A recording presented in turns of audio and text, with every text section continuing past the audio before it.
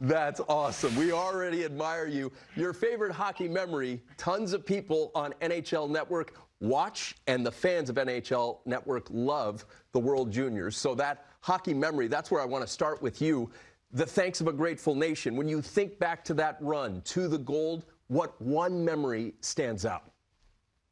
I think just the brotherhood we had. There was a good chunk of the guys from the NTDP program team that were on that team, and it was just such a special experience. We all had, great connections from, the 2 years at the program, and then, prior tournaments after that, and just the brothership we had, the brotherhood, and it was like no times passed when, whenever you see each other, just great catching up with all the guys, and, we bonded quickly, and, we just had such a great time over there. We just enjoyed playing with each other, and we just had fun with it, and we were fortunate enough to win the gold, and that was a dream set for us at the start when we were 16 years old making the program.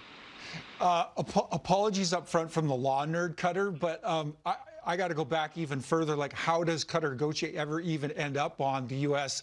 The U.S. squad? Born in Skellefteå, Sweden, to Canadian parents, how do you come by U.S. citizenship to begin with? And thank you for doing it. Yeah, so I was born in Skellefteå. My dad's from Sudbury, Ontario, but my mom's from Reading, Pennsylvania. There you go. That's where the American citizenship is. And when I was 15 or 16, we got the call to play for the Youth Olympic Games for USA and Canada too. So I had kind of the option to pick whether I wanted to go the major junior route and play for Canada or try to make the national program and play for the U.S. And after talking with my dad, who played in the Ontario Hockey League, he thought it was best for my future to go the U.S. route, and I thankfully did, and all this opportunity came from it, and I can't be more thankful and super grateful for all the opportunities that came with it. You are a national treasure, as we see behind you, the red, white, and blue. Also, your Duck sweater there. Anaheim fans so excited about having you on that club. You got a taste of it last year. What's it like in Anaheim for you in terms of fit?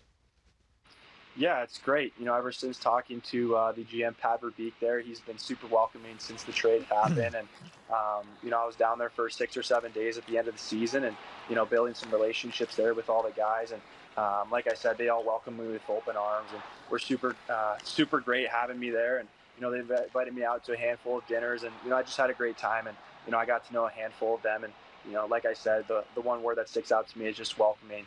Obviously as a younger guy coming into the league, in an unsure environment, you're not too sure what to expect. And, for the week I was there, they were super fortunate and super great to me. And, that's all I can ask for a young kid trying to make the league. Well, you're a seasoned veteran now. You've got a game under your NHL belt, but having acclimated to the group and kind of got a sense of what the community's like, what that Ducks culture is all about, what does a successful rookie season look like for Cutter Gauthier? Yeah, that's a loaded question. I mean, I set some pretty big goals for myself, but first I just want to try and make the team out of training camp. And kind of go from there. It's a long season from what I heard. I don't think I've ever played 82 games in a season before, so it's a lot of training and a lot of work to get to that point. But I think the first thing is just trying to make the team out of camp and just giving my all every single game and every single practice.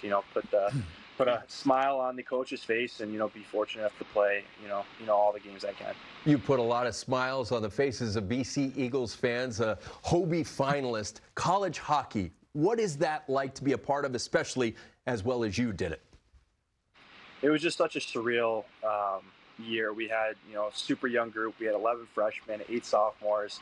That's 19 guys right there from a college hockey team. You don't see that too often. And all the guys had just like-minded goals of making it to the highest level of hockey. And it was such a young group, like I said, but it was such a great and bonded group. We all shared the same interests. We hung out after the rink. We just did everything together. And kind of like what I mentioned with the U.S. program, it was a brotherhood there. And we just had such a great time over my last 2 years, and especially this past season, is why I think we did so well on the ice. And, we battled and practiced every single day, and it was a true treat to come to the rink and, get better every single day. Jim Johansson was a teammate of mine when I played Cutter. What's it mean to you? And the trophy for best U.S.-born college player, you know, his name's attached to that prize, to that acknowledgement. What's it mean to you to have secured that, to have achieved that in your season last year at NCAA? I think the biggest thing is just an honor. From everything I've heard, I never had the opportunity to meet Jim, but from everything I heard, is just you know, such a great guy. Everyone loved to be around him, and to have my name associated with his is just a true honor. Obviously, I was fortunate enough to put in a lot of great situations this last year, and you know, I just had so much fun with it, and we had a great time. And like you said, at the end of the year, I was fortunate enough to get the call saying I won the award, and it was just a true honor, just a really cool, special moment that, you know, I got to share with my family and friends. And, you know, I wouldn't have been done without all my teammates at Boston College this past year. We appreciate your attitude and certainly appreciated all of your answers to that getting to know you segment as we began our interview with you. Your mentioning of Sidney Crosby, you're far from alone in admiring 87. Growing up, what was it about his game that stood out the most to you? I think just his leadership and his compete.